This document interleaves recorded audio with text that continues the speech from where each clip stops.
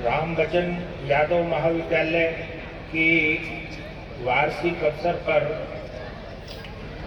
जो मुझे यहाँ आने का यहाँ मौका दिया माननीय पूर्व मंत्री श्री रामाश्रय विश्वकर्मा जी ने, मैं उनका शुक्रगुजार हूँ। इस ऐसी अगस्त गैदरिंग में उपस्थित होकर मैं अति सौभाग्यशाली अपने को महसूस कर रहा हूँ।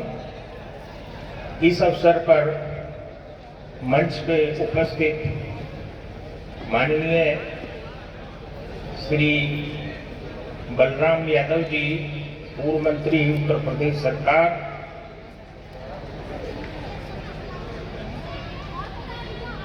इस कार्यक्रम के विशिष्ट अतिथि माननीय विधायक आदरणीय श्री दुर्गा प्रसाद यादव जी,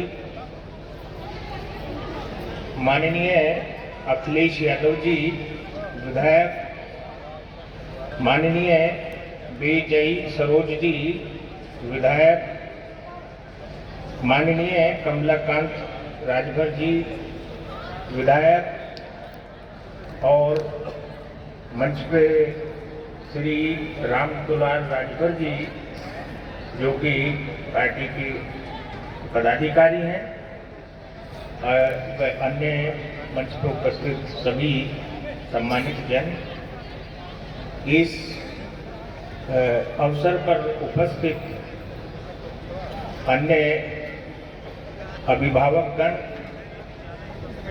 शिक्षकगण, यहाँ के प्राचार्य और मंच पे उपस्थित हमारे मुख्य जिलों के वजह से ये कार्यक्रम आयोजित हुआ है, प्रबंधक श्री रामाश्रय विश्वकर्मा जी जो कि पूर्व शिक्षा मंत्री भी रहे हैं प्रदेश सरकार में, इस महाविद्यालय के प्राचार्य आदरणीय सुरेश मिश्रा जी, कार्यवाहक प्राचार्य आदरणीय राम प्रताप विश्वकर्मा जी, महाविद्यालय के निदेशक रामाश्रय विश्वकर्मा जी और कार्यक्रम निदेशक श्री सुनील दत्त विश्वकर्मा जी, और यहाँ पर उपस्थित मेरे प्यारे छात्र छात्राओं, ये बहुत ही शुभ अवसर है कि मुझे यहाँ आने का मौका मिला। इस अवसर पर मैं कुछ संक्षिप्त में कुछ बातें कहना चाहूँगा। ये बहुत अच्छा ये महाविद्यालय है और अच्छी पढ़ाई होती है, और अभी हमारे पूर्व मंत्री माननीय दुर्गा प्रसाद यादव जी ने बिल्कुल ठीक कहा कि अच्छी शिक्षा ग्रहण करोगे तो राष्ट्र का भी विकास होगा, परिवार का भी विकास होगा, अपने समाज का भी विकास होगा, अपने जिले का भी विकास होगा, अपने क्षेत्र का विकास होगा। तो ये हमें संकल्प लेना चाहिए, चाहे वो छात्र हों चाहे वो शिक्षक हों, क्योंकि किसी भी महाविद्यालय को चमकाने में, उसका नाम रोशन करने में इन दोनों की बहुत अच्छी भूमिका होती है, और उसमें भी सबसे ज़्यादा भूमिका जो होती है वो शिक्षक की भूमिका होती है। तो मेरा शिक्षकों को, यहाँ के प्राचार्यों को, यहाँ के निदेशक को और प्रबंधक तंत्र को मैं ये आह्वान करता हूँ कि पढ़ाई में जितना ज़्यादा से ज़्यादा आप अच्छा कर सकते हैं, जितनी अच्छी क्वालिटी मेंटेन कर सकते हैं, वो महाविद्यालय के लिए सबसे महत्वपूर्ण है।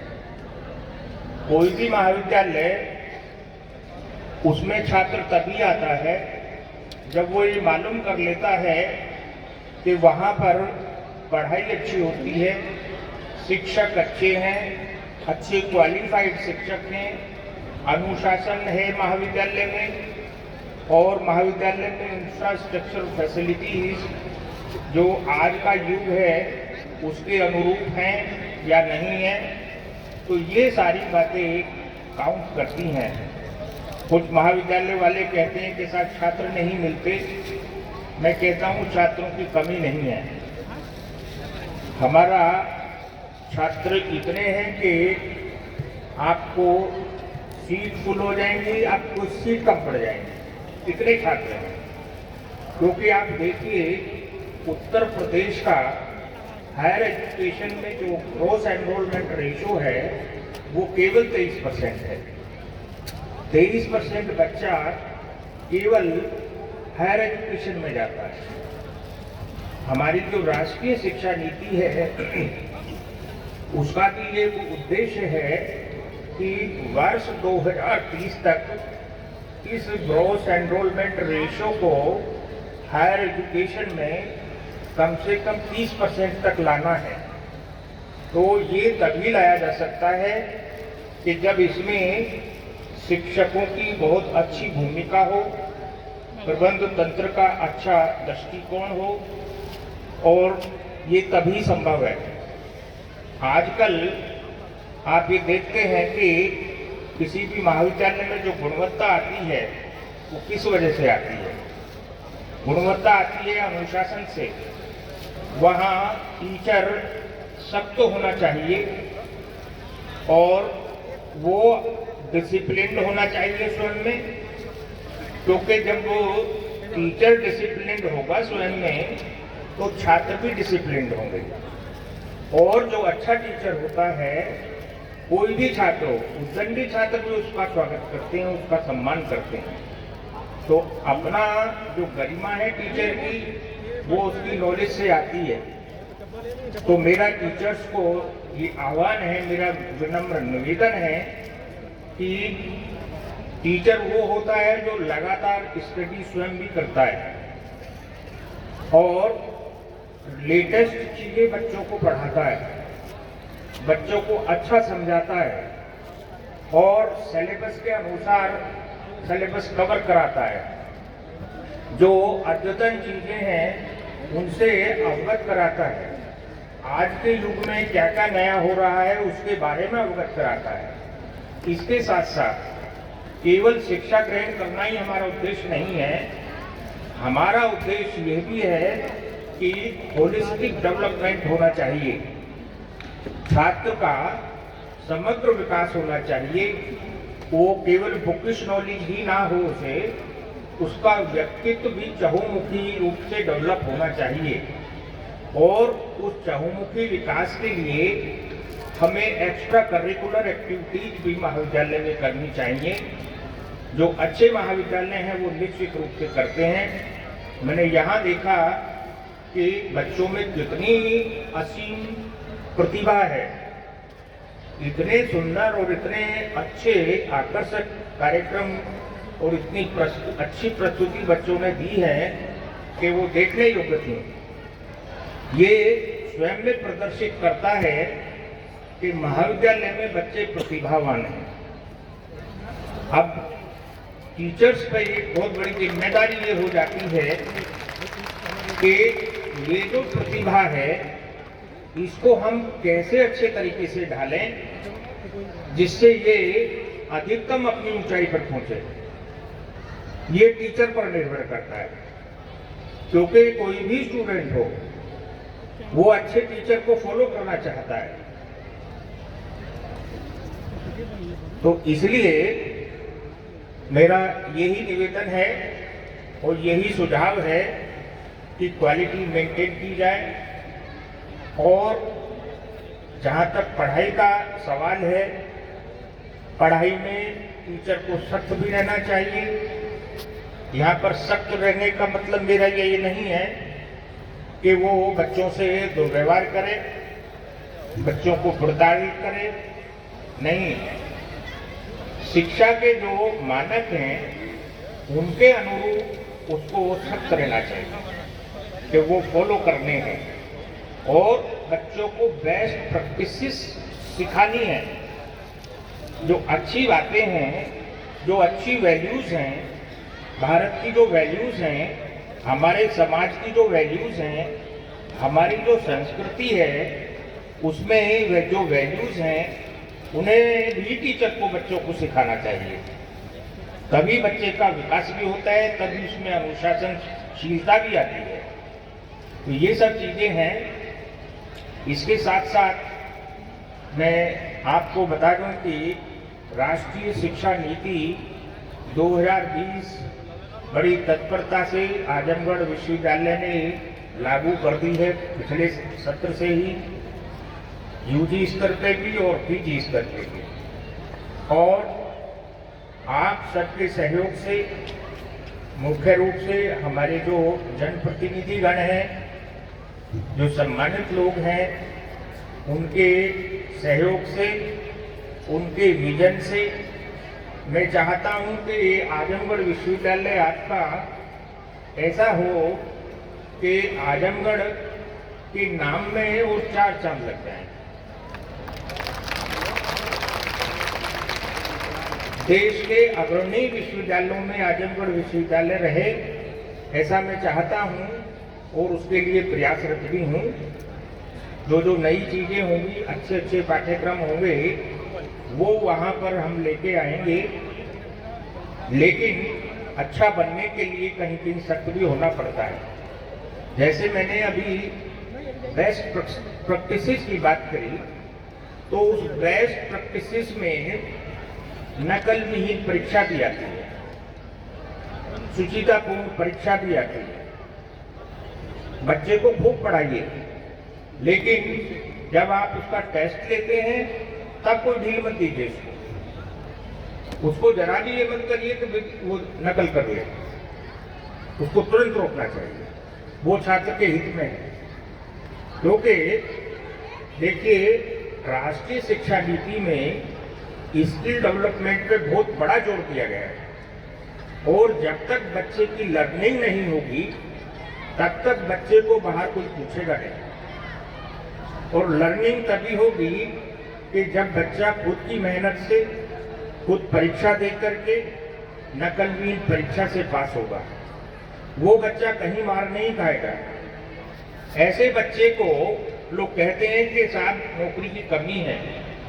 मैं कहता हूं नौकरी की कमी नहीं है, लेकिन नौकरी उन बच्चों को नहीं मिल पाती जिनमें स्किल नहीं है, जो ठीक से नहीं पढ़े हैं। इसलिए मैं महाविद्यालय को भी ये कहता हूं कि वो भी यहाँ पर अच्छे अच्छे नए पाठ्यक्रम लाएं, और जो रोजगारपरक पाठ्यक्रम हैं उन पे जोर दें, क्योंकि स्किल एजुकेशन में भारत बहुत पिछड़ा हुआ है। भारत में जो टोटल वर्कफोर्स है उसका केवल 5% स्किल्ड वर्कफोर्स है, जिन्हें फॉर्मल स्किल एजुकेशन प्राप्त की है। जबकि ये रेशो आप यदि विकसित देशों में देखें, अमेरिका में ये रेशो 52% है, जापान में ये रेशो 80% है। इस तरीके से कहाँ देखिए 80% और 52%, और कहाँ पर केवल 5%।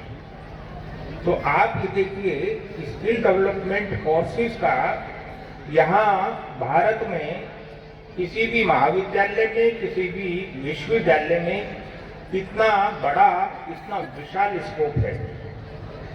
इसीलिए राष्ट्रीय शिक्षा नीति 2020 में स्किल डेवलपमेंट पाठ्यक्रमों पर बहुत जोर दिया गया है। और मैं यहाँ ये भी बता दूं विश्वविद्यालय का कुलपति होने के नाते कि जो भी महाविद्यालय नए पाठ्यक्रम स्किल डेवलपमेंट के कोर्स चलाना चाहते हैं, वोकेशनल कोर्स चलाना चाहते हैं, और वो विश्वविद्यालय में पहले से नहीं चलता है, तो मैं उसका सिलेबस बनवा दूंगा। उसको हम